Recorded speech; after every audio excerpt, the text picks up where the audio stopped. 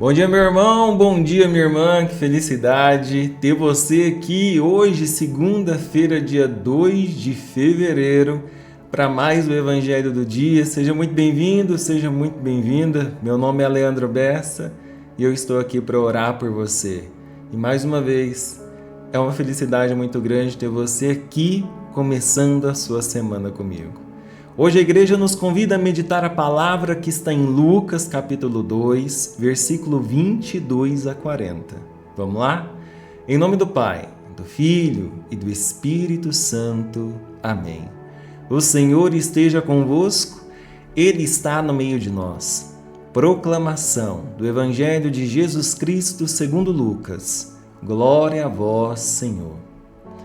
Quando se completaram os dias para a purificação da mãe e do filho, conforme a lei de Moisés, Maria e José levaram Jesus a Jerusalém a fim de apresentá-lo ao Senhor. Conforme está escrito na lei do Senhor, todo primogênito do sexo masculino deve ser consagrado ao Senhor. Foram também oferecer o sacrifício, um par de rolas ou 2 pombinhos, como está ordenado na lei do Senhor. Em Jerusalém havia um homem chamado Simeão, o qual era justo e piedoso, e esperava a consolação do povo de Israel. O Espírito Santo estava com ele, e lhe havia anunciado que não morreria antes de ver o Messias que vem do Senhor. Movido pelo Espírito, Simeão veio ao templo, quando os pais trouxeram o menino Jesus para cumprir o que a lei ordenava.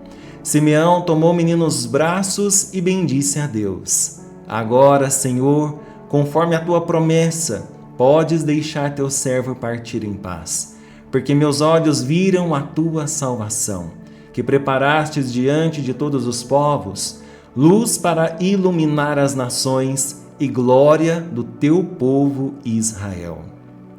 O pai e a mãe de Jesus estavam admirados com o que diziam a respeito dele. Simeão os abençoou e disse a Maria, a mãe de Jesus: este menino vai ser causa tanto de queda como de reerguimento para muitos em Israel. Ele será um sinal de contradição. Assim serão revelados os pensamentos de muitos corações. Quanto a ti, uma espada te transpassará a alma. Havia também uma profetisa chamada Ana, filha de Fanuel, da tribo de Aser. Era de idade muito avançada, quando jovem tinha sido casada e vivera 7 anos com o marido. Depois ficara viúva e agora já estava com 84 anos. Não saía do templo, dia e noite servindo a Deus com jejuns e orações. Ana chegou nesse momento e pôs-se a louvar a Deus e a falar do menino, a todos os que esperavam a libertação de Jerusalém. Depois de cumprirem tudo conforme a lei do Senhor, voltaram a Galileia para Nazaré, sua cidade. O menino crescia e tornava-se forte, cheio de sabedoria, e a graça de Deus estava com ele. Palavra da salvação. Glória a vós, Senhor. Meus irmãos e minhas irmãs, que a paz do nosso Senhor Jesus Cristo esteja com cada um de vocês, esteja na casa, no trabalho, na família, nas finanças, esteja com cada coisa que você for fazer hoje, esteja com cada pessoa que for passar pela sua vida hoje, que a paz do nosso Senhor esteja com cada um que você ama. Hoje o Evangelho nos leva para o templo, um lugar de rito, um lugar de silêncio, um lugar de lei, de espera, um lugar de revelação. Maria e José sobem a Jerusalém, e eles não sobem para mostrar o menino às pessoas, eles sobem para fazer algo que parece pequeno, mas na verdade é gigantesco, porque é apresentar Jesus ao Senhor. E isso já nos desarma, porque se a gente parar para pensar, é quase um paradoxo. Como alguém apresenta Deus a Deus? Como os pais consagram ao Senhor aquele que é santo? Como a criatura oferece ao Criador o próprio Criador? E a resposta está no modo como Deus age. Ele entra na nossa história sem quebrar a nossa história. Olha que coisa linda. Ele não despreza o humano, ele o assume. Ele não vem esmagando, ele vem obedecendo. Jesus, ainda bebê, já está nos ensinando uma coisa sem dizer uma palavra. Ele nos ensina que o reino começa quando a gente para de viver como dono e volta a viver como oferta. E repara num detalhe que muda a cena inteira do Evangelho. Eles oferecem um par de rolas ou 2 pombinhos. E esse é o sacrifício dos pobres. Não é o cordeiro dos ricos. Eles estão oferecendo o mínimo permitido. É o que dá. É o que cabe. E aqui tem uma revelação que consola e confronta ao mesmo tempo. Deus não está esperando o seu luxo espiritual. Deus está esperando a sua verdade. Tem gente que acha que não pode se aproximar de Deus porque não tem, entre aspas, um cordeiro, porque não tem um coração perfeito, porque não tem uma fé grande, porque não tem uma vida arrumada. Mas Maria e José mostram que Deus acolhe a pobreza quando ela vem com fidelidade. O problema não é ter pouco, o problema é fingir muito. E nesse cenário simples, quase invisível, aparece um servo chamado Simeão, um servo do Senhor.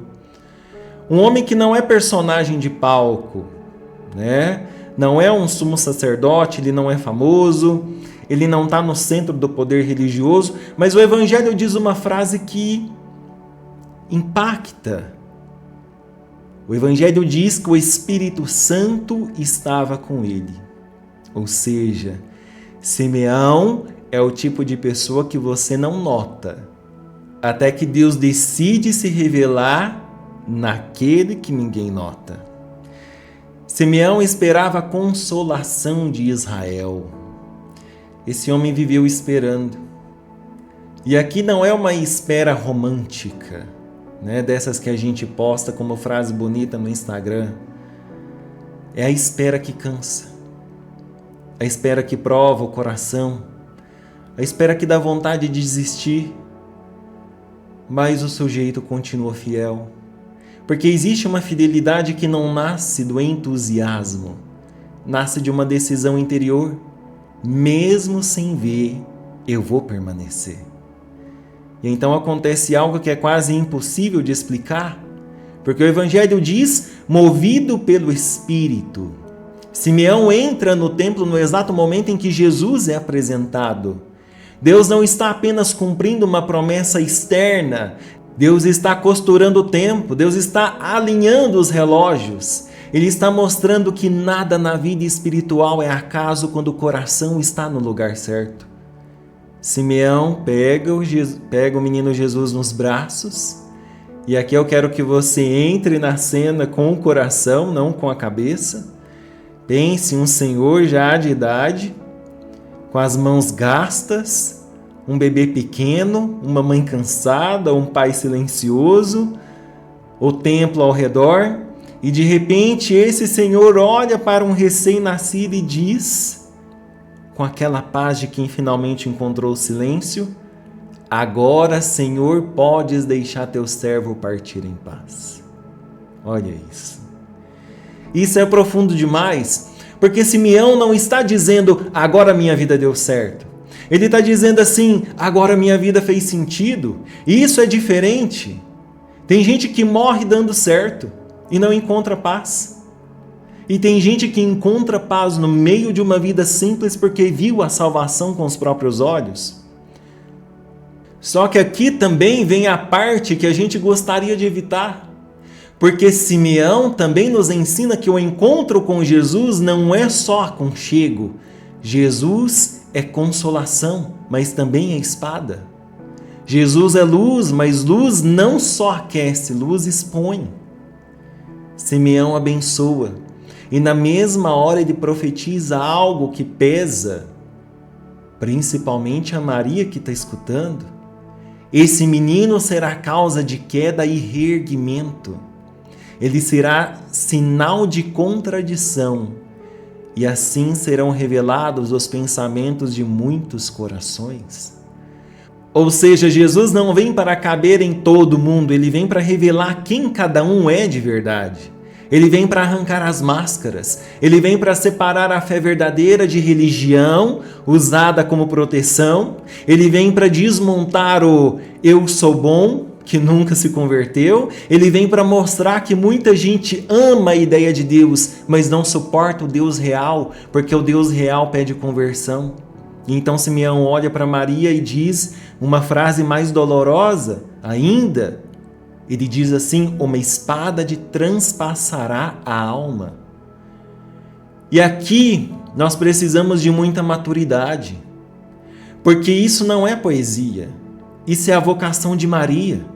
Maria não é apenas a mãe que sorri no presépio, Maria é a mulher que ama e por isso ela vai sofrer, porque amar Jesus de verdade não significa viver sem dor, significa não abandonar Deus quando a dor vier.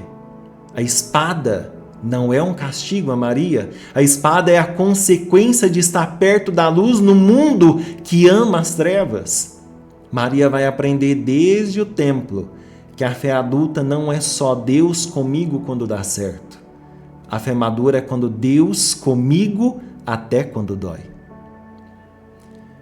E enquanto Simeão fala da espada surgiana, e isso é um detalhe que muita gente passa batido, Deus coloca 2 idosos numa sentinela de espera e esperança. Olha isso. Simeão e Ana são como 2 testemunhas no templo. Isso diz muito, porque o mundo corre, mas Deus forma pessoas na perseverança. Ana tem 84 anos, ela é viúva, mas ela está servindo Deus dia e noite com jejuns e orações. Uma vida inteira sem novidade, uma vida inteira sem aplauso, uma vida inteira de constância. E quando ela vê Jesus, ela não faz barulho por ego, ela faz anúncio por missão. Ela fala do menino a todos os que esperavam a libertação.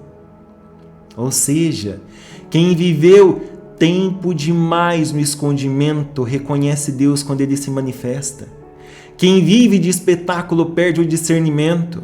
Quem vive de oração ganha olhos. E o Evangelho fecha com uma frase que pode passar despercebida, mas é uma sentença espiritual. O Evangelho diz assim: voltaram para Nazaré, o menino crescia, sabedoria, graça, normalidade. Deus se oculta para crescer. Deus não tem pressa do nosso jeito. Ele tem profundidade do jeito dele. E agora deixa eu trazer isso para a tua vida. Do jeitinho que o Evangelho quer, que o Evangelho hoje nos pede um espelho. Talvez hoje você esteja pedindo consolação. E Deus vai te consolar. Mas esse Evangelho te pergunta algo mais sério. Você está disposto a ser iluminado? Porque consolação sem conversão não vira anestesia. E Deus não veio para te anestesiar, Ele veio para te salvar. A luz de Cristo entra e revela pensamentos, revela intenções, revela a raiz, mostra que às vezes a gente não está triste só por causa de circunstâncias. A gente está triste porque está vivendo dividido. A luz de Cristo mostra que às vezes a ansiedade não é só medo do futuro, é controle. Mostra que às vezes a irritação não é só cansaço, não. É orgulho ferido. A luz de Deus mostra que às vezes a falta de paz não é falta de Deus. É excesso de eu. É excesso de você mesmo. E tem outra coisa. Simeão diz que Jesus é sinal de contradição. Isso significa que Cristo sempre vai contrariar alguma parte em nós, sempre. Se o seu Jesus nunca te contraria, você não está seguindo o Jesus certo, não. Você está seguindo uma versão sua. E hoje Jesus quer ser apresentado no teu templo interior. Ele quer ser consagrado. mas não como um objeto decorativo. Ele quer ser o centro. E quando ele vira o centro da sua vida, muita coisa cai para você se levantar. Porque a queda aqui não é destruição, é purificação. É queda do falso para nascer o verdadeiro. E agora nós vamos orar. E nós vamos pedir ao Senhor que Ele seja o nosso centro. E antes da gente fazer essa oração, assim como todos os dias, eu te peço um gesto simples, mas um gesto sério, como quem faz uma entrega de verdade. Escreve aqui nos comentários, e se você quiser, coloca o seu nome, o nome da sua família. Coloca assim: Jesus, eu te apresento a minha vida. Ilumina o meu coração. Jesus, eu te apresento a minha vida. Ilumina o meu coração. E enquanto você vai digitando, eu dou as boas-vindas a você que está chegando aqui pela primeira vez. Seja muito bem-vindo, meu irmão. Seja muito bem-vinda, minha irmã. Meu nome é Leandro Bessa e eu estou aqui para orar por você. E hoje eu te convido a fazer parte dessa família de oração, clicando na palavra inscrever-se e curtindo essa oração, porque isso faz com que a gente alcance mais e mais corações. Amém? Fecha seus olhos. Vamos rezar. Senhor Jesus, luz do mundo. Hoje eu não estou aqui apenas para ouvir uma palavra bonita. Eu estou aqui para me colocar diante da Tua presença como quem entra no templo. Eu não quero ser religioso por fora e vazio por dentro. Eu não quero te usar como um consolo enquanto eu mantenho os meus ídolos escondidos. Eu quero te apresentar a minha vida inteira, a minha família inteira e todos os meus planos. Senhor, eu intercedo por essa pessoa que ora comigo agora. Intercedo pela família, pelos amigos, por cada projeto, por cada membro, por cada pessoa que ela ama. Eu apresento, Senhor, todas as pessoas que se inscreveram nessa corrente de oração. O Senhor conhece a história de cada uma delas. O Senhor sabe onde eles já estão cansados. O Senhor sabe onde cada pessoa está ferida. O Senhor sabe onde cada pessoa está tentando se manter firme por dentro, mas está desmoronando em silêncio. E é por isso que eu te peço. Consola, mas consola com verdade. Cura, mas cura pela raiz. Toca onde ninguém toca e ilumina o que ela esconde até de si mesma. Se há confusão interior, traz discernimento. Se a ansiedade traz confiança, se há pecado escondido, traz arrependimento sem desespero. Se há feridas antigas, traz restauração. Se há orgulho, traz humildade. Se há dureza, traz misericórdia. Se há frieza espiritual, reacende o primeiro amor. E eu peço também pela família de cada um, pela casa, Senhor, que a Tua luz visite as conversas, as escolhas, os relacionamentos, os hábitos. Que o que está doente seja curado, que o que está distante volte, que o que está quebrado seja restaurado, que o que está escondido na sombra seja trazido para a luz, não para humilhar, mas para libertar. E, Senhor, eu peço isso pela intercessão de Maria Santíssima. Maria, Mãe da luz e Mãe da dor silenciosa, nos ensina a amar Jesus sem fugir quando a espada passar. Nos ensina a permanecer quando Deus não explica. Nos ensina a guardar a fé no coração quando a vida não faz sentido. Coloca o Teu manto sobre essa pessoa e sobre a família dela. E é com essa fé que nós oramos juntos. Pai nosso que estais nos céus, santificado seja o vosso nome. Venha a nós o vosso reino, seja feita a vossa vontade, assim na terra como no céu. O pão nosso de cada dia nos dai hoje, perdoai as nossas ofensas, assim como nós perdoamos a quem nos tem ofendido. E não nos deixeis cair em tentação, mas livrai-nos do mal. Amém. Ave Maria, cheia de graça, o Senhor é convosco. Bendita sois vós entre as mulheres, e bendito é o fruto do vosso ventre, Jesus. Santa Maria, Mãe de Deus, rogai por nós, pecadores, agora e na hora da nossa morte. Amém.